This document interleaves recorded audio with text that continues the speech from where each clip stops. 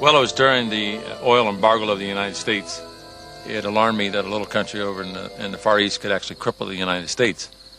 And realizing that the entire industrial base of the United States and the world is based on the supply and the utilization of energy, it became imperative that we must try to bring in an alternate fuel source and do it very quickly. Of course, I thought originally with the right type of funding, we could possibly get it in within 6 months. But reality shows that the 12 to 15 years was more correct in this projection. Back in the 70s, Stan Myers set out single-handedly to solve America's energy problems. He decided to do it using water, the world's most abundant storehouse of hydrogen, which is a far more powerful fuel than oil. For 15 years, Myers has been fighting to get his inventions taken seriously. Most inventors have to be a loner. You have to be somewhat thick-skinned and don't rely on other people to support you, because they will not. More times than not, an invention is really stolen from the inventors. Even in my prior development of high technology, I've had patents taken from me. I learned from the School of Hard Knocks to be very cautious. Myers has always stood out against the crowd. He has no formal qualifications as a scientist because he didn't wait to graduate from high school, leaving early to go straight into research at the high-powered Battelle Institute in his native Ohio. Now he works full-time as a private inventor. He's built a device with potentially revolutionary implications. There is nothing startling about a machine that can extract the hydrogen from water. What is highly unusual is that it should do so with ordinary tap water. The conventional method is called electrolysis. Myers has turned that process on its head. Unlike electrolysis, his device doesn't use up large amounts of electric current, nor does it produce an enormous amount of waste heat. For 20 years, he has been refining a method to fracture water, which produces vast amounts of hydrogen on demand. This is not his latest apparatus. He was unwilling to let us point a camera at that. This is the simple device he used to convince a reluctant patent office that his revolutionary concept actually works. Alloy rods, acting as electrodes, are housed in a perspex container that's filled with water. Normal mains voltage is fed in through a transformer, but critically, there is virtually no current consumed, less than ½ an amp. The result is dramatic.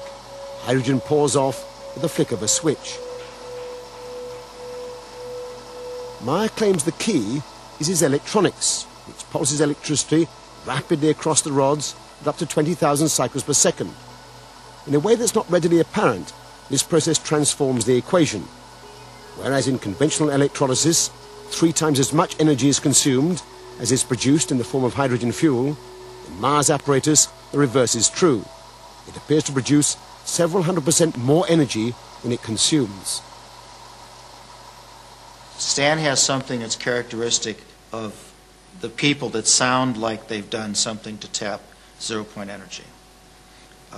Has high frequency, high voltage, and there's a combination of the two at which something occurs.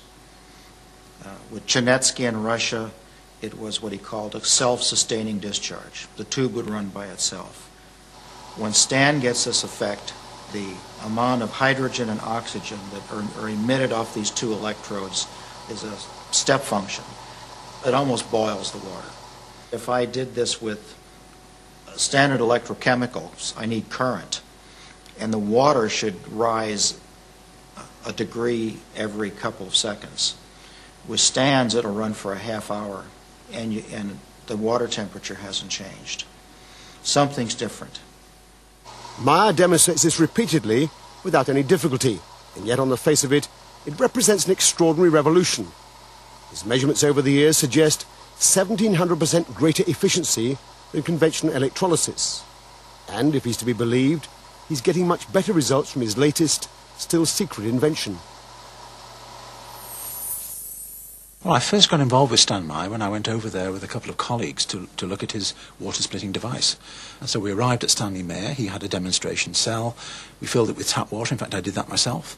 And he switched it on, and almost instantly there were 3 jaws dropped because of the rate at which the gas poured off. It was quite spectacular. Whatever energy source Stan Meyer had tapped, it was not explicable by the electric power that was going into it. So something was powering it outside of conventional wisdom.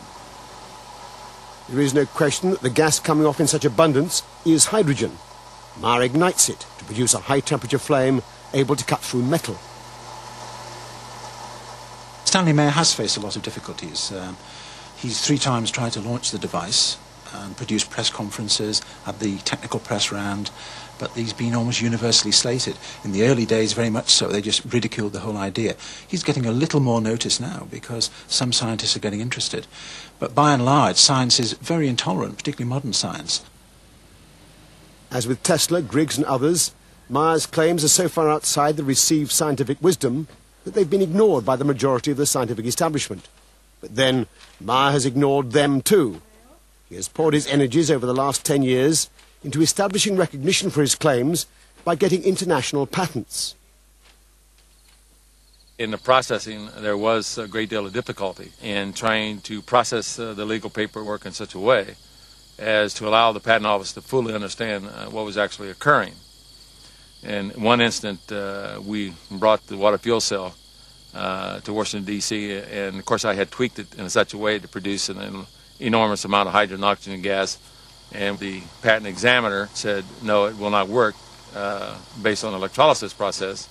And when we turned it on and produced an enormous amount of hydrogen and gas, the examiner finally realized that we were doing exactly that, and went out in the hallway and started screaming and hollering to everybody on the floor, put out all your cigarettes, hydrogen's in the building. So we started laughing and said, well, we certainly convinced everybody in the patent office that we can do what we said we can do. Even so, the US Patent Office dragged their feet for 3 years before granting patents on the hydrogen-producing device. Since then, against massive resistance, he's managed to get patents established throughout Europe and Japan. But the hydrogen machine was only the first step towards Meyer's ultimate dream. If he gets it right, this application of his technology would change the 21st century in the same way that the Wright brothers and Carl Benz transformed the 20th. He is currently modifying a beach buggy to run on nothing but water. It doesn't have a petrol tank or even a hydrogen container. It has just a tank of water. He's invented a device called a water splitter to replace the spark plug. As the water is injected into the engine, Meyer claims it's fractured into hydrogen and oxygen and then burned as fuel. Meyer is working on a kit to modify any engine. He hopes to demonstrate it on this car within 12 months. And of course, the blessing to the use of the water as a fuel source, that on combustion, the byproduct is water mist. So we're even solving the environmental pollution problem at the same time that we're using water to maintain the industrial basis of the world. Meyer is protective about his inventions to the point of self-confessed paranoia. Most observers describe him as a crank and his car as an aberration. But then madness and genius often go hand in hand.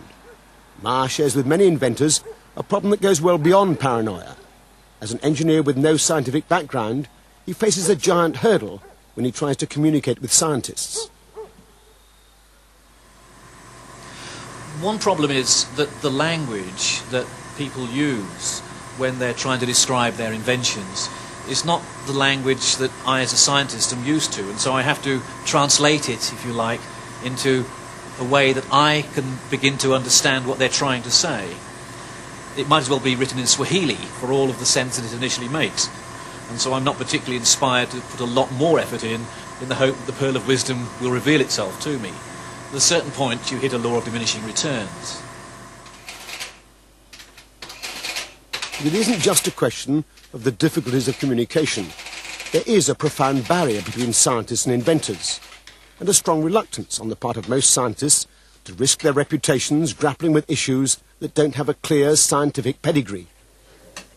Reluctance to look foolish inhibits a lot of people from looking at things. This is looked at as a pariah. You touch it, and it creates an image of you that you don't want your colleagues to see. At one extreme, you might have things that are guaranteed to work but are not very interesting if they do, and at the other extreme, things that are a real long shot but would be revolutionary. And so you have to try and weigh the balance and decide which side is more likely to be profitable for you. Then, having made some choices, you then have to ask yourself, how do I actually go about doing this? Do I have to apply for funds to do it? And if I do, who will I be competing with? And what is the better chance that this will be supported or that? Because, at least in the big science area that I work, you can't just sort of come up with an idea on a Friday and expect to start the experiment on a Saturday. It takes many months, many years even, of preparation. But though the scientific establishment may have ignored the likes of Meyer, the powerful military-industrial complex certainly hasn't. Over the past 10 years, Meyer says he's been quietly approached by many influential organisations who would never admit publicly to their involvement with him. It is involved in deep space exploration, and it's also being developed quite highly in the military. Basically, what occurred with water fuel cell was in the fact that once they understood was actually occurring, then under the U.S. national security mandate, I have no decision or power whether or not the military or NASA or the federal government will utilize the technology. They can utilize it in any way they so desire. NASA is using every method it can to regain some of its now fading glory. In the face of strong congressional resistance, the days of limitless budgets for space exploration have long since gone. As the champion of a new, environmentally friendly energy source, NASA would gain immense support. Your identification, please. Do you have your identification? As a former top scientist of the NASA Spaceplane project, Professor Paul Ziss has an inside track on the workings of the agency. NASA has large centers. The center that's in charge of propulsion is NASA Lewis in Cleveland, Ohio. Can you imagine, instead of having a million-pound rocket has 900,000 pounds of fuel on board, an oxidizer. Can you imagine what it would be like if you could put a device on there that would split water and run it into your engines? No explosive compounds. Public confirmation of a contract from NASA would provide a resounding boost for Mars technology. But Paul Ziss says it's only in a closed meeting that they confirm such an agreement. They're looking for new energy sources. I understand from the people that I've talked with that they have worked with Stan and tried to understand what he's done and given him a contract. I also understand with the bureaucracy in Washington and the congressional oversight as to why they would never admit it. Anyone that does that will be suspect, will be challenged, will be considered a threat.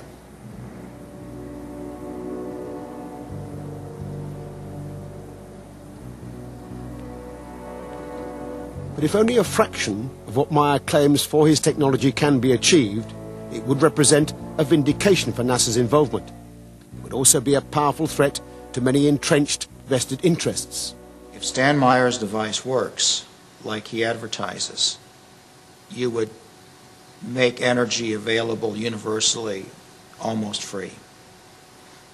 That is a major, major, major impact.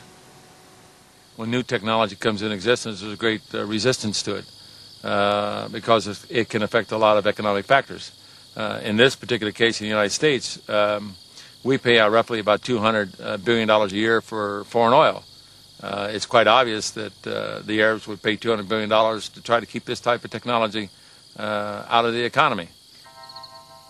And many times over the last decade, I have been offered enormous amounts of money to simply sell out or to sit on it. The Arabs offered me well over $1 billion cold cash, simply to sit on and do absolutely nothing with it.